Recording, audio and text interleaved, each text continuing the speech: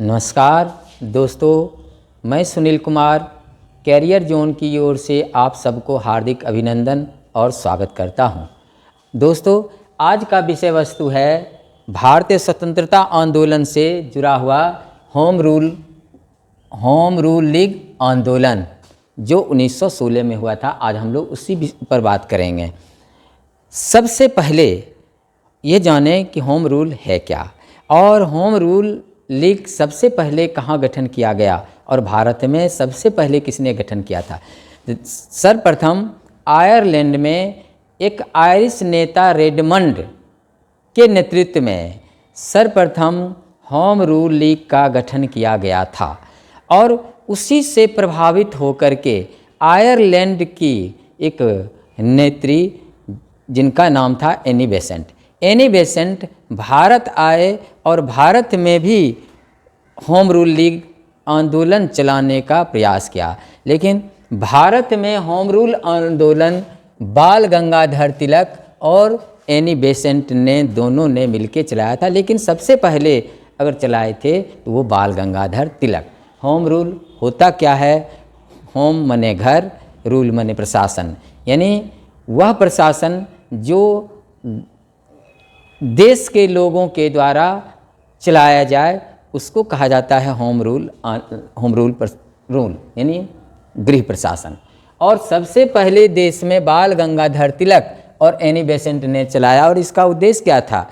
Home rule league आंदोलन चलाने का मुख्य उद्देश्य था कि ब्रिटिश साम्राज्य के अधीन रहते हुए वैधानिक तरीके से स्वशासन प्राप्त करना, यानी ब्रिटिश साम्राज्य के अधीन रहना भी है, वैधानिक तरीके को अपनाना भी है और उस वैधानिक तरीकों के माध्यम से स्वशासन प्राप्त करना ही होम रूल लीग आंदोलन का उद्देश्य था। और सबसे पहले सर्वप्रथम बाल गंगाधर तिलक ने 28 अप्रैल 1916 को और कहाँ स्थापित किए थे? पुणे में, यानी महाराष्ट्र के पुणे में सबसे पहले बाल गंगाधर तिलक ने ही होम रूल लीग का गठन किया था और जिनके अध्यक्ष बनाया गया था किनको?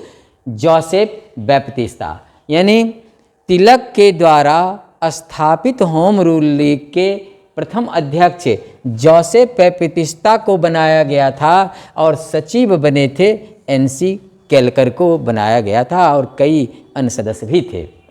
दूसरा, एनी बेसेंट ने जो स्थापित किए थे वो 1 सितंबर 1916 को एनी बेसेंट के द्वारा स्थापित होम रूल लीग 1 सितंबर 1916 को अस्तित्व में आई। और कहाँ किए थे? एनी बेसेंट अपने होम रूल लीग की स्थापना मद्रास में किया था, लेकिन उसका मुख्यालय कहाँ बनाया गया था? अडियार, मद्रास में ही है अडियार, तो मुख्यालय बनाया गया था अडियार। जैसे आपसे यदि पूछा जाए कि Annie Besant home rule league का गठन कहाँ किए थे, तो वो किए थे मद्रास में, लेकिन उसका मुख्यालय कहाँ बनाए थे? तो वो था अडियार में मुख्यालय बनाए थे। एनी बेसेंट के द्वारा स्थापित होम रूल लीग के सचिव जॉर्ज अरुंडेल को बनाया गया था। सचिव कौन बने?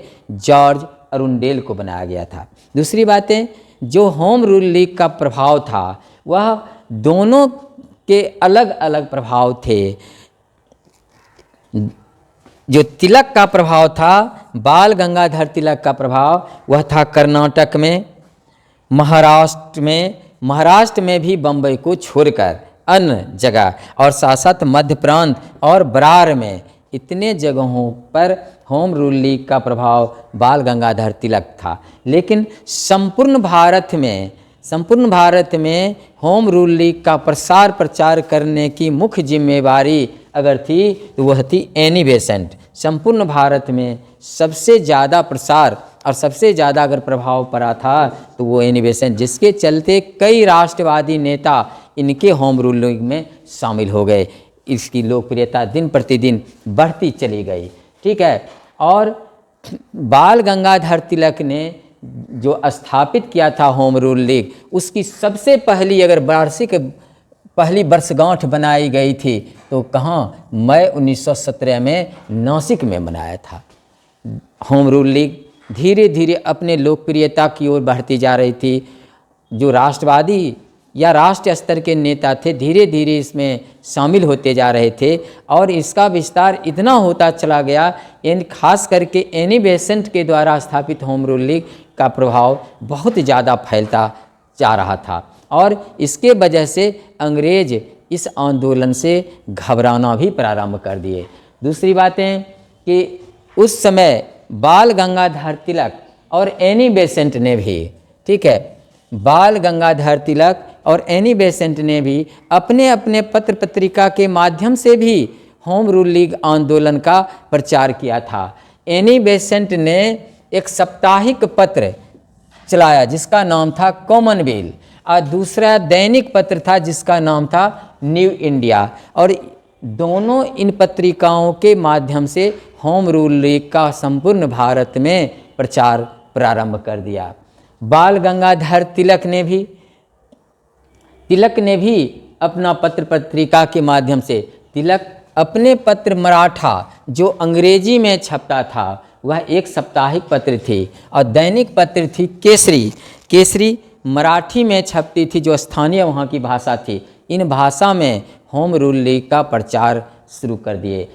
बाल गंगाधर तिलक जन मत संग्रह करने के लिए, जनमानस को अपने आंदोलन के प्रति आकर्षित करने के लिए नारा दिया था, स्वराज मेरा जन्मसिद्ध अधिकार है, मैं इसे लेके रहूँगा। इसी आंदोलन के दौरान इन नारा को काफ़ी लोकप्रियता मिली और इन्हीं का ये नारा था।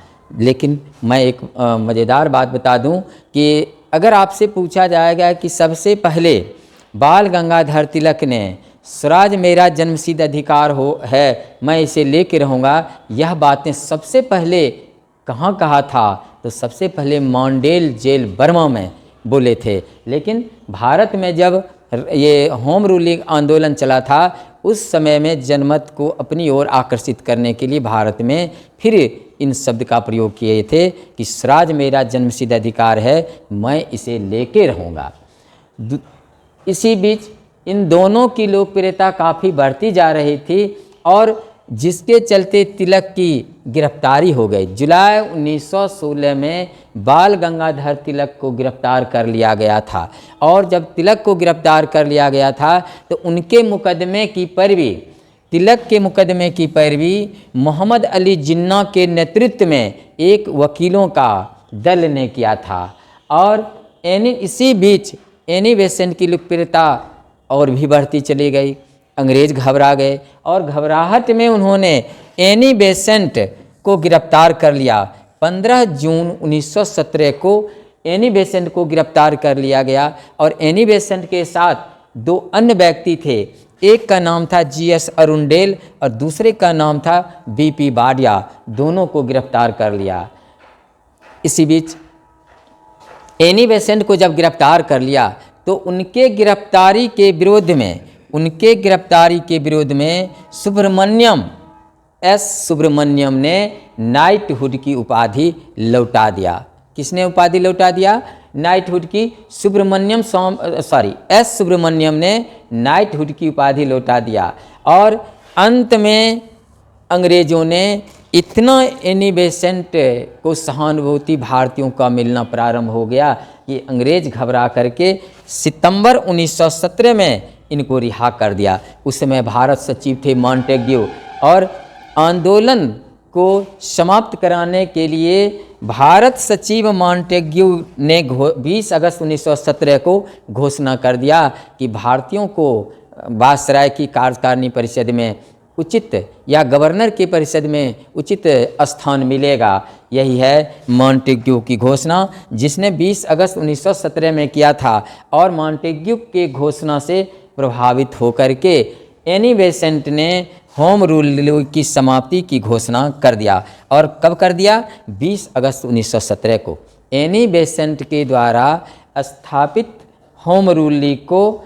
समाप्त 20 अगस्त 1917 को कर दिया।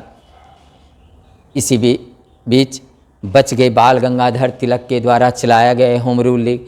बाल गंगाधर तिलक को वेलेंटाइन चिरोल, एक अंग्रेज लेखक था, उसने एक पुस्तक लिखा जिसका नाम था इंडिया अर्नेस्ट, और उस इंडिया अर्नेस्ट पुस्तक में बाल गंगाधर तिलक को भारतीय अशांति का जनक कहा, और इससे बाल गंगाधर तिलक नाराज होकर के उसके ऊपर मानहानि का मुकदमा चलाने के लिए लंदन चले गए, जिसके कारण यह आंदोलन नेतृत्वहीन हो गया, और जिसका परिणाम क्या निकला कि आंदोलन को धीरे धीरे समाप्त कर दिया गया। लेकिन यह होम रूल लीग का यह नहीं कहा जाए कि यह सफल नहीं। होम रूल लीग का सफलता यही थी कि सबसे पहले कि मॉन्टेग्यू को घोषणा करना पड़ा कि भारतीयों को उचित प्रतिनिधित्व दिया जाएगा। ये सबसे बड़ी उपलब्धि थी। जनमानस तक इस आंदोलन को पहुंचाया गया, यह सबसे बड़ी उपलब्धि थी। यही था होम रूल लीग आंदोलन। दोस्तों, आज का यह चैप्टर यहीं समाप्त होता है। फिर मैं अगले क्लास में फिर एक नए विषय के साथ उपस्थित होऊंगा। बहुत बहुत धन्यवाद।